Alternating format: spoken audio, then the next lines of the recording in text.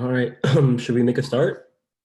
All right, okay, welcome everyone to our intercalator question time and mingle. So we're gonna just start with doing like a Q&A session where you guys can ask us any questions you have about Imperial or the upcoming year, what it's like to do a BSc, London, or things related to how the course might be delivered remotely. And then after that, we'll be doing a mingle, which we'll explain in a bit, where you can get the chance to talk to each other and interact. So we'll just start with some introductions, I guess. So I'll start off. My name is Rahul. I'm the academic officer for BSc students this year. So if you have any concerns or questions about the BSc throughout the year, you can always approach me. And I did my BSc last year in pharmacology. Cool. My name's Muntaha and I'm president of the Imperial College School of Medicine Students Union. So I would be going into my 5th year, but because of this role, I'll now be taking a year out of my studies. And last year I did my BSc in Cancer Frontiers.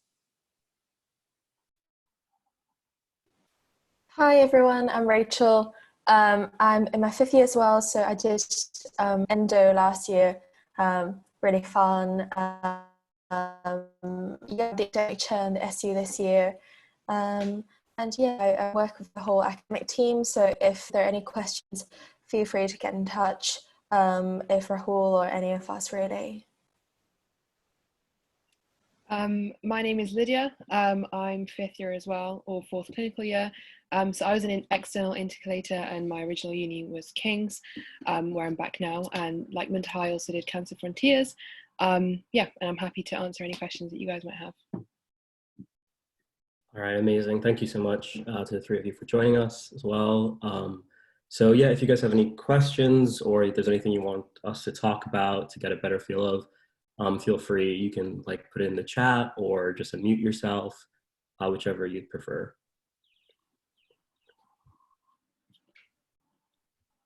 Really casual and we're all friendly, we promise. So if any of you, like if you want to keep your on or off, it's up to you. It'll be nice if we can see your faces. It's up to the end of the day. Any questions at all about anything, we're here to help. Otherwise we could chat or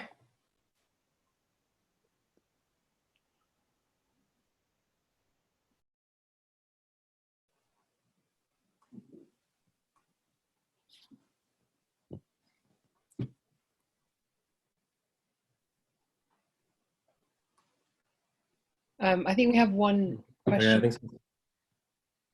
Is anyone else doing gastro or hepatology? I have a feeling I'm doing external. I actually have a list of them. Let me quickly check that.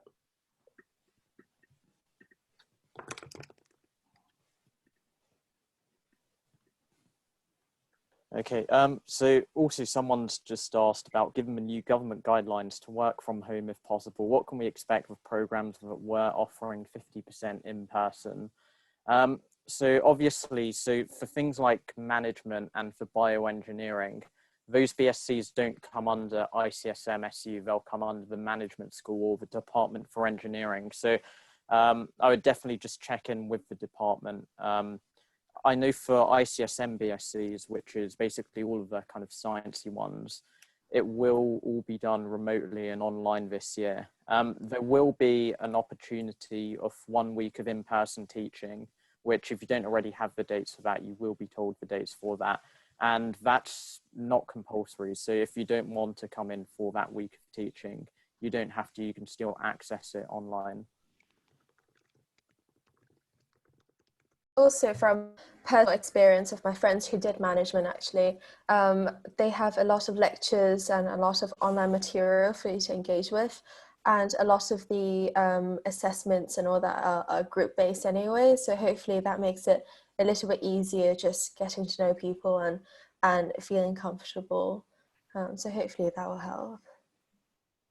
Okay, I think there's also a question. Are there going to be any events planned for mingling in person when we all have on-campus teaching next month? I guess at the moment, I probably have to speak to the faculty about that. I don't think that we've planned anything right now because everything seems to be changing so suddenly, even day to day. But if it's permitted, we'll definitely try to have something as soon as possible. Yeah, so as ICSMSU, so we're the students' union just for medical students. So we have over 60 clubs and societies, which range all across things like volunteering and academics, and also a lot of sports and arts clubs as well.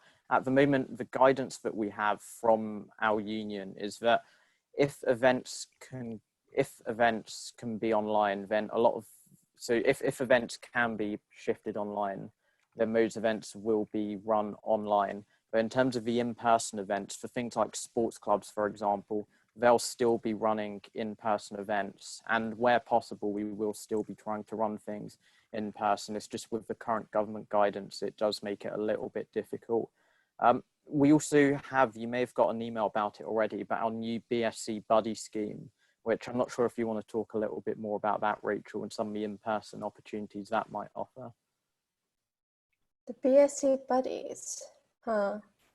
Do you mean the Muslim medics BSc buddies? Oh yeah, so sorry, yeah, Rahul, I think you were involved. Yeah, sorry. It's probably better for me to talk about it. Yeah, so I think one of the new initiatives that the faculty is trying to bring in and supported by us as student union is to get the external students and the internal students to mix a bit more and also to know each other. And so I think they might have emailed you guys about this. I'm not sure. But basically, it's a scheme where internal students and students like yourselves who are externals can sign up, and you'll sort of be paired up with two other internal students who are already at Imperial. And it just gives you the chance to like have a point of contact who's here and get someone like get a head start at getting to know someone or make friends or ask questions.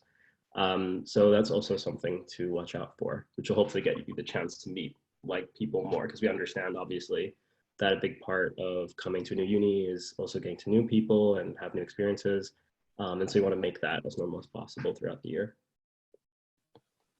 Yeah, and there's a really great question here actually about how intense was the year of BSc compared to your medical degree. I don't know who wants to go first. I don't mind going first on this one. Yeah, sure. I'll be honest, because it's like, this is just our own kind of little mingle thing. But the way I found the BSc year, on the whole, I would probably say it was the most chill year of medical school so far for me. Now, obviously, it depends on what medical school you're at and the sort of teaching that you're used to. What I found is there's no exams with the BScs. It's all done by in-course assessments, and those in-course assessments take place over a roughly 1 week period, which is the consolidation week.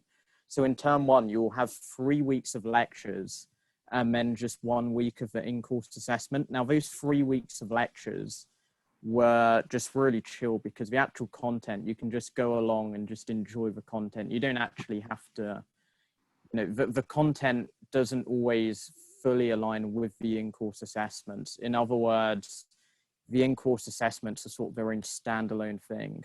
So for me, it just felt like 3 weeks of just absolutely chilling. And then it was 1 week of the ICA, like the in-course assessment. And that was like a pretty intense period, to be honest, for some of them.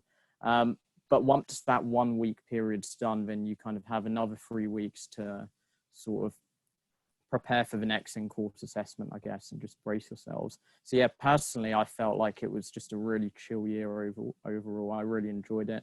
Yeah, Lydia, you were at King's, so I don't know what the experience was like for you, but how did you find the BSc year as an external? Yeah, I mean, I would personally absolutely echo that. It was a really, really generally just quite a relaxed, nice year.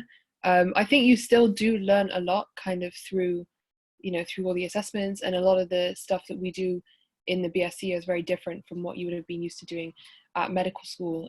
You get a bit of an introduction to like some stats and research and all that kind of stuff, which isn't that well covered a lot of the time in med school. I think it really is just up to you how you kind of structure your time. in terms of the ICAs that Muntaha was talking about, which are basically the assessments, we're often told about them quite early in advance. So, you know, how you want to use your time in the weeks leading up to that is up to you.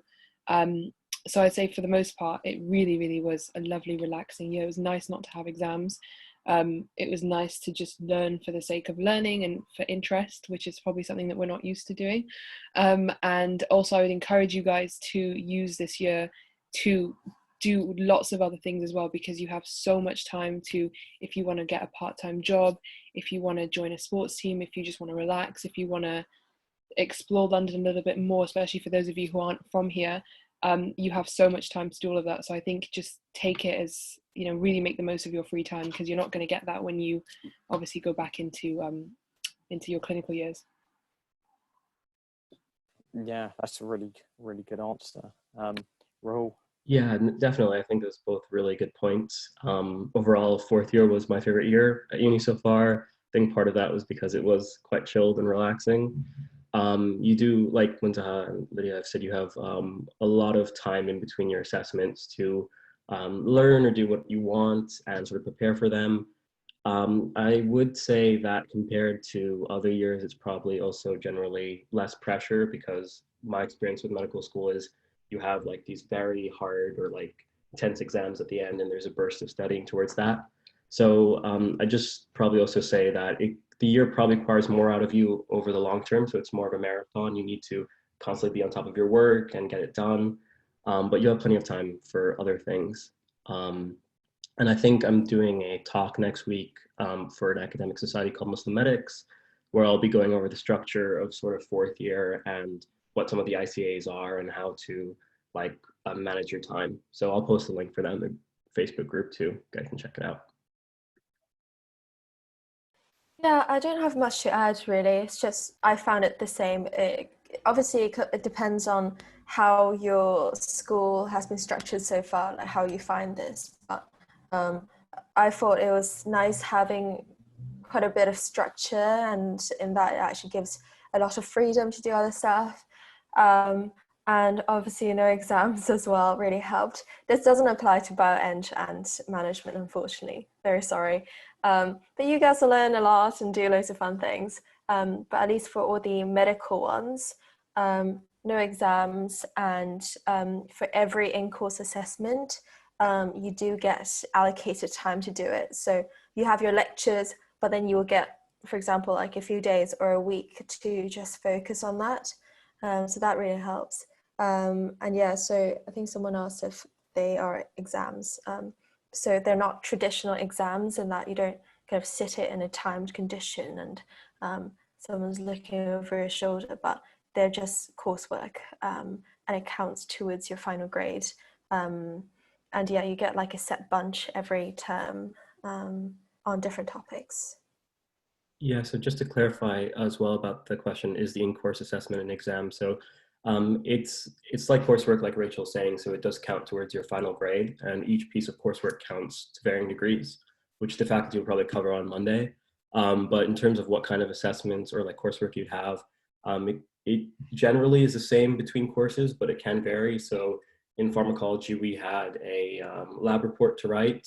We had to write a letter to the editor, do a case report, do a literature review, and then your final project is generally like this big piece of writing that you do, which is usually like it's sort of like a scientific paper, but it can be a research proposal.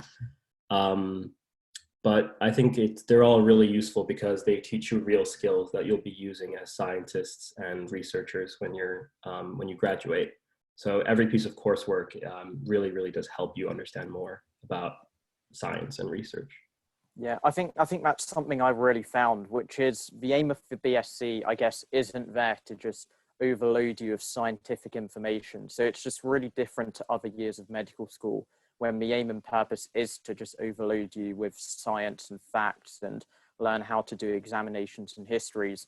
It's almost like a little bit more passive learning in that the actual courseworks, really you have these lectures, but that's not where the real learning is. The real learning is actually in the in-course assessments where, you know, you'll be set, so in first term, sorts of things that you do are things like letter to the editors, like data interpretational data analysis type write-up and a poster presentation of some kind. And so, especially for me, going into the BSc, I had no idea how to do any of these things. I didn't know what a letter to the editor was. I didn't know what an abstract was, a lay summary. It just felt like learning on the job. Like, you're set a task, you're told to write an abstract and a lay summary. And so naturally, you're just going to learn how to do it just because you're kind of thrown in. You start just opening up your laptop, writing it, looking online, learning what these things are and how to write them. And so for me, I feel like really the ICAs is where the learning is. And so that's why you have 3 weeks of lectures, but they're not really that intense. And then you have like 1 week of an in-course assessment where it picks up a little bit. And yeah, that's where the real learning is. It's not based around science. It's based around the actual skills that you develop. I think someone's also asked, do we have a virtual freshers fair and how will it work if we do? Yeah, so there is a virtual freshers fair and I have confirmed that you will be allowed access to it. So it's almost like a kind of virtual platform. So if any of you, I imagine we're all still kind of old enough to remember little games online like Club Penguin and like RuneScape and those types of games. Basically imagine that, but really boring and university based, where you can just go around to see all of the clubs and societies that are at Imperial. And then you can like click them and like read more information about them. There might be links to like live chats and other resources out there. So definitely check that out. If you do want to check out our clubs and societies at the moment as well, I'll throw a link to our website in the description. We have 65 clubs and societies within ICSM. So that's the School of Medicine, and they're the medicine specific ones. But you're also allowed to join the wider Imperial College Union clubs and societies. So you have over 385 in total. So hopefully that answers that question. Someone's also mentioned a medic sports team still happening in person. The answer is yes. They will still be happening in person. The government guidance has said that sports and organised sports are still allowed to run. So they will hopefully still be running in person. Definitely check out their social media pages, sign up for their mailing lists and newsletters at the virtual freshers fair to stay up to date with them. And I've just seen another question pop up. Will it be possible to join medic sports teams in second term? The answer is yes, absolutely. If you plan on coming to campus, for example, in second term, because, you know, hopefully by then perhaps restrictions and lockdown might have eased a little bit, then yeah, you definitely can join just for the second term. And there's also kind of talks of having different sorts of events running in second term if the lockdown starts to ease. So yeah, absolutely. I just saw the question as well about how would you compare first semester to second semester in terms of free time and workload. And the first semester, I think in terms of free time, you probably have less of it than second term. And that's mostly because of all of the lectures that you'll have are condensed into the first term, where they'll be split into sort of 3 modules. And then you'll also have obviously some of your assessments there. So I'd say in terms of free time, definitely first term is, you'll have less of it than second term. And then in terms of workload, I'm not really sure what you guys would think. I'd say second term probably slightly less as well. So obviously there are 3 terms. The third term is where you'll have your big project, your research project that you'll have to do, so that will take up quite a bit of your time. Second term, you'll only have 2 assessments, and then you also don't really have any lectures, so you've got a little bit more kind of leeway in terms of how you want to split your time. So yeah, that's what I would personally say in response. Yeah, I would also say, I guess, generally third term, you probably have a bit more free time than first term. Second term, I guess it really depends from person to person. There is a very, at least for our year, I think it might have changed for you, they give you 2 assessments, which is a literature review and a case report within a very short period of about 3 weeks in January. And the literature review is a group project with people in your course, in your pathway. And that can be quite intense because you have to write a whole literature review in a week, and then you have to critique someone else's, so do a rebuttal, and then you have to do all this work in a very short amount of time, and that can be quite intense. But it's also really interesting to learn how to write a literature review, and if you get along with your group, it can be really, really fun. So I'd say that second term, I think, is actually quite short in terms of it's just really supposed to be a 3.5 week block. And then after that, you get technically third term, which is everything after the end of January until May. And then that's very much your project, and depending on your project, it can be a lot of free time, or it can be something that requires a lot more effort. But generally, I'd say third term is a bit more chill compared to first term. Yeah, and I would definitely just concur with all of those remarks. The second term is literally just a couple of quick ICAs, in-course assessments, and then just on to your projects. Lydia, we've had a question which someone's just messaged me. They were wondering if you could chat a little bit about your experiences as an external intercalator coming into Imperial, in terms of how you found it, in terms of settling in. Obviously, it's a new university, new environment. I mean, how did you find it? And do you have any tips for everyone on how they can settle into Imperial? Yeah, I'd say overall my experience was really positive. Definitely had a really good year there, and I was sad to leave. So overall, I think externally intercalating at Imperial is a really good thing. And I think most people who came externally as well probably would agree. I'd say in terms of tips of kind of settling, and obviously it depends on the course. Obviously some courses have more externals than others, but often there are quite a few externals on your course, so that's kind of nice if you're not the only one, although obviously we're not too sure about gastro. But for the most part, I mean, everyone, all the current students at Imperial are really friendly. They're used to having, there's always a tradition of having externals coming in, so there's kind of something that they're all expecting, and I made, lots of friends both from Imperial and from external as well. There's kind of like, there's not really a split or between the externals and the internals. Everyone kind of mingles really nicely. So I'd say just, the first few weeks are obviously really important. I know for you guys it's going to be slightly different because a lot of it is going to be virtual, but I'd say just try and get involved in as many things as you can, things like this. If you have anything in person, obviously that's going to be a really good way to get involved as well. And I really would recommend, especially more so this year, things like sports teams, because they do provide quite a unique opportunity to then go and meet lots of new people. So for example, I went to the sports trials, and a lot of the kind of socials are based around sports teams as well. So even if you hate whatever sport you're doing, like I did hockey and I really hated hockey in school, and I think I still hate hockey, but it was a good way to kind of make friends both internally and externally. So yeah, that's what I'd say.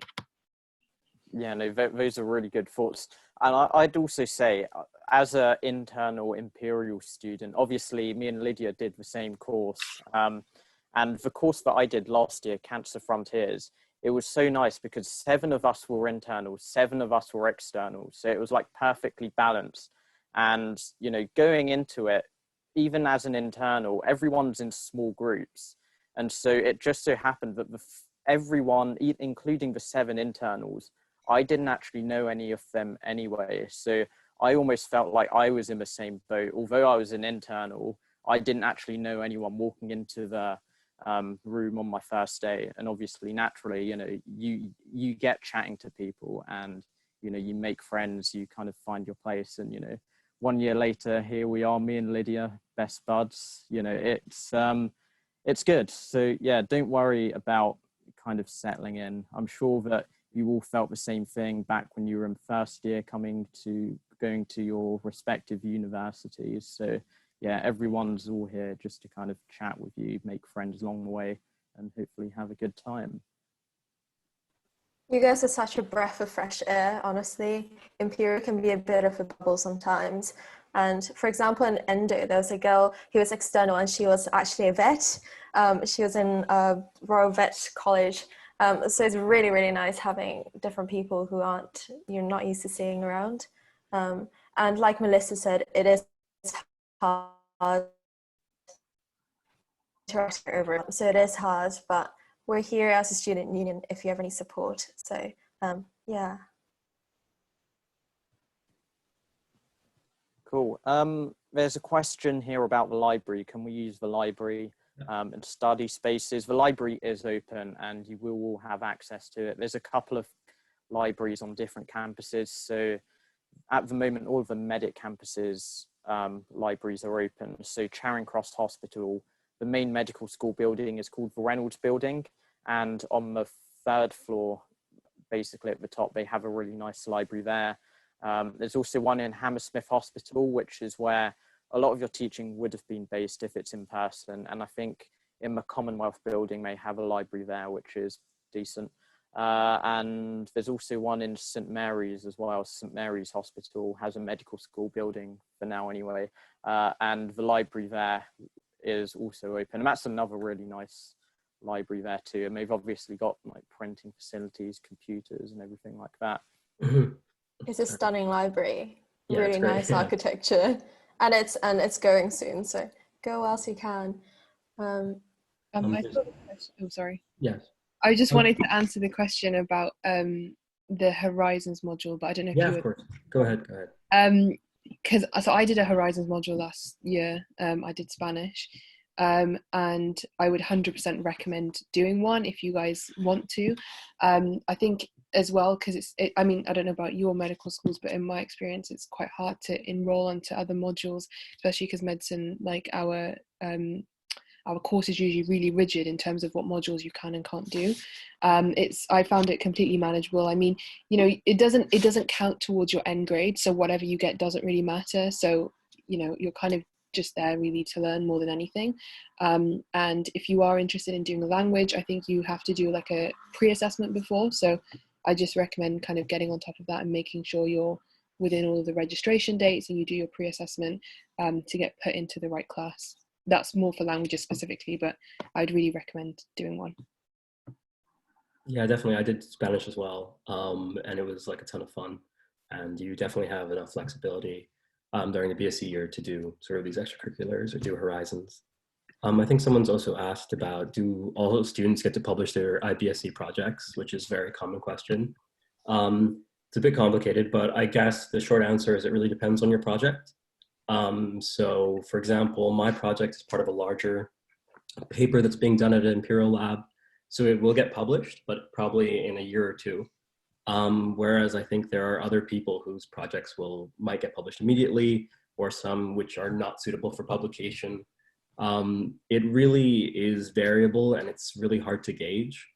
I do understand that people are, you know, keen to get publications in med school for their FPass points, but I wouldn't worry about it too much going into the year. I'd say try and focus more on, you know, learning about how to do research and what scientific research is about, and you'll get the chance to publish at some point. I totally agree with that. I mean, focus on your projects, focus on your ICAs for now, and along the way, chances the publication will come up. Sometimes it'll literally come on a plate. Sometimes you may have to take a couple of steps there. So I have friends who actually took their ICAs and a letter to the editors that they wrote as part of their assessments, got feedback on it, and then just submitted it off for publication. And they just got a publication out of their actual assessments, which I thought was really clever. So that's one option. Another thing a lot of people do is they do their final project, and exactly like Rahul said, the chances for publication for your project happens after your project. So focus on your project, make it as good as possible to actually get a good grade in it, bang out the oral presentation. And then around, you know, this time next year, you can start looking to submit it off to journals and to look to see if you can get it published. For me, I also got another publication in my 3rd term. Now, this was with my supervisor, where it wasn't my project itself, but he had been approached by a journal to write a literature review. And so I just jumped onto that. And then I was like, oh, do you mind if, you know, I'd be really interested in doing a bit of research around this topic and doing a literature review. Do you mind if I can do it? And so I ended up doing a literature review for him. He just checked it, signed it off. And then that was really easy for me. It got published. I was on there as first author. So when you do get your supervisors as well, feel free to just ask them if they have any other bits of research going on, anything else that you can potentially get involved in. And that's another good way. Just adding to this, so Imperial is a huge research institute. Like that might be part of the reason why you guys apply to come.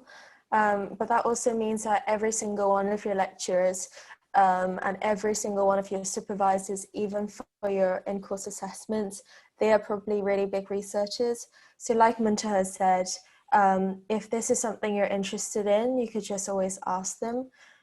In terms of the actual project, you get between your list of potential projects and supervisors and actually choosing. So really good time to contact them. And if this is something you're really interested in, I would really recommend asking the supervisors if this is something that's likely to happen. Because obviously it really depends on the projects, and some are not very publishable really, but could be really interesting, and it just depends on what you want. But you have time to ask them if this is what you're interested in. Yeah. Lydia, just another quick question for you. I know you do have to rush off, so I'll make it a quick one so you can get back to your busy, productive King's 50-year life. Someone's asked, in terms of, so we've talked a little bit about your experiences of coming from King's to Imperial and making friends and kind of bonding with your cohort. But what about from an actual kind of knowledge base? So I know that for us as Imperial students, we have a little bit of work on statistics in some of our earlier years. Did you feel like there was a bit of an actual learning curve in that sense, in terms of your actual knowledge base, your ability to do the ICAs and do the statistics work?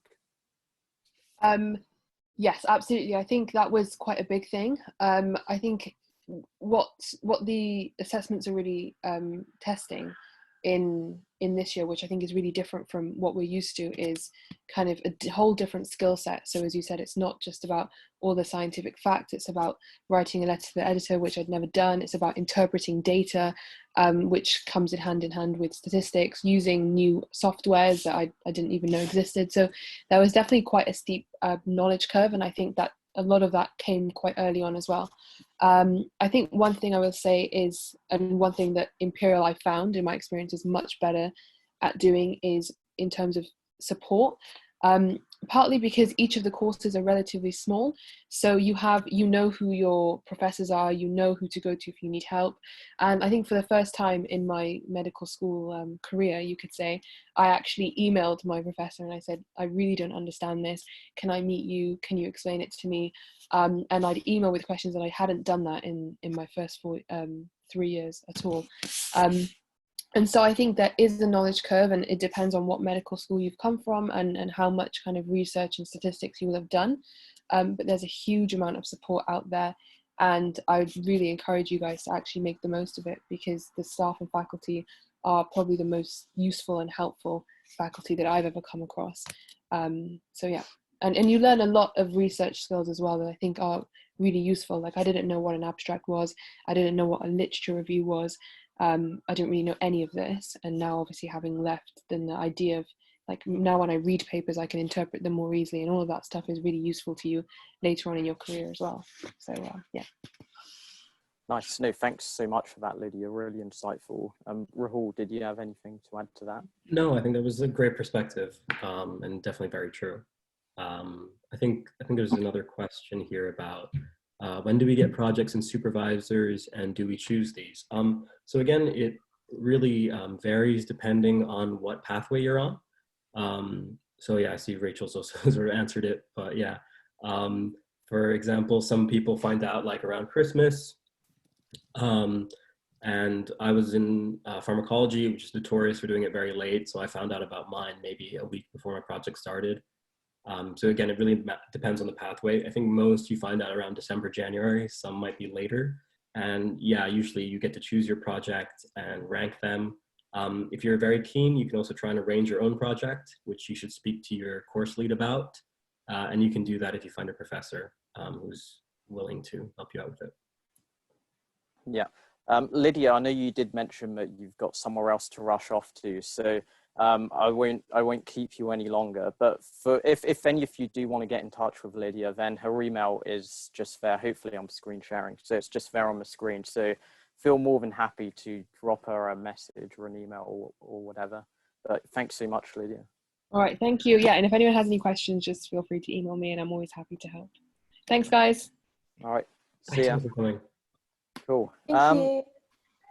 Okay, we'll just have a look if there's any other questions here for us. if you do have Yeah, any if there's more, any, feel free to keep bringing them up into you the send them in. chat. I think we've answered most of them though. Are all lectures recorded? They are indeed. There's an online platform called Panopto, which you'll get login details to. And also, because of this year, they'll obviously be live streamed through software like Microsoft Teams anyway.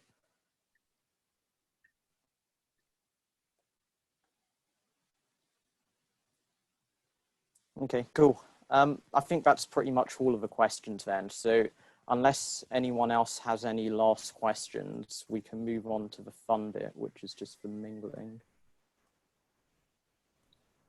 What are the plans for term? Oh, someone's just asked, I think, what are the plans for term 2 and 3? Will they be online as well? I think I think right now the plan is for them to be in person. But again, I think it's something that can definitely might change depending on the situation. Hopefully it doesn't, and we are sort of you guys are able to meet each other in person in term 2 and term 3. But to be honest, I'm not entirely sure.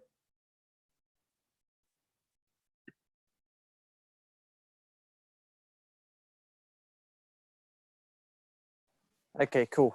Why don't we move on to the mingling then?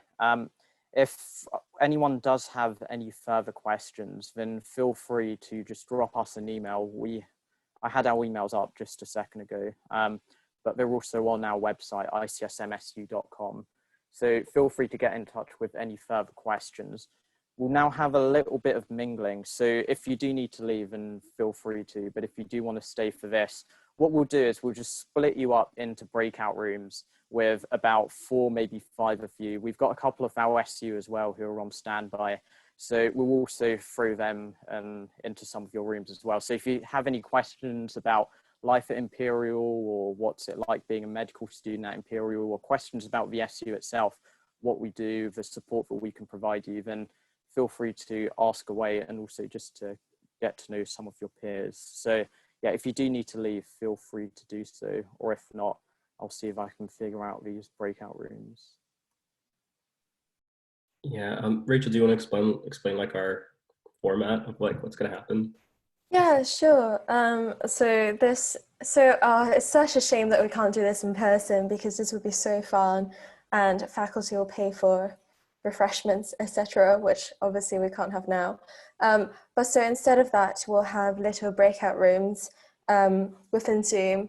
For those of you who haven't had those before, basically you just go into a small room and then you can rejoin the main group later, of maybe 4 to 5 of you, and 1 member of the SU, and we'll just chat for a little bit, and then after 8 minutes we'll just swap the groups around so you can see new people again. So hopefully you'll meet some friends. And then afterwards we'll go into a fun little quiz to end the night.